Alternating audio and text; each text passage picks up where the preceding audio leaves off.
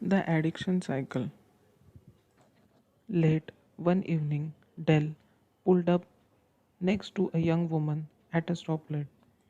He had always had the fantasy of picking up a woman on street. He looked at her and she smiled at him. Dell became very excited.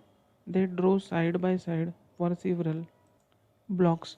She returned his stares at each stop sign. Soon she pulled ahead of him, turning off the road and pulled to a stop. He followed and pulled up behind her. She waved toward him and pulled out again. Dell thought she wanted him to follow. Dell's mind raced ahead to where she could be leading him.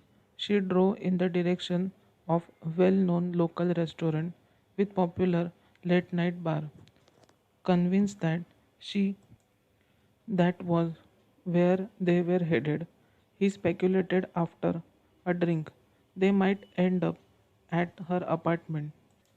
As he was opening his door, she leaped out of her car and dashed into the building.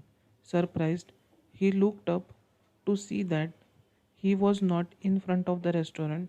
Rather, she had stopped at police station 3 blocks away. Horrified, Dell got back in his car and raced home. While driving, he was in shock at how out of touch with reality he was. She had not been encouraging him to follow her, but was in fact frightened.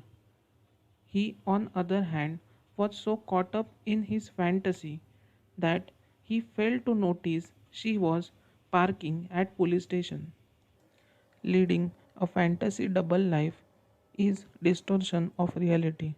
Dell was so caught up in his fantasy that police station became a restaurant and cooperative prospect was in fact desperate and frightened woman.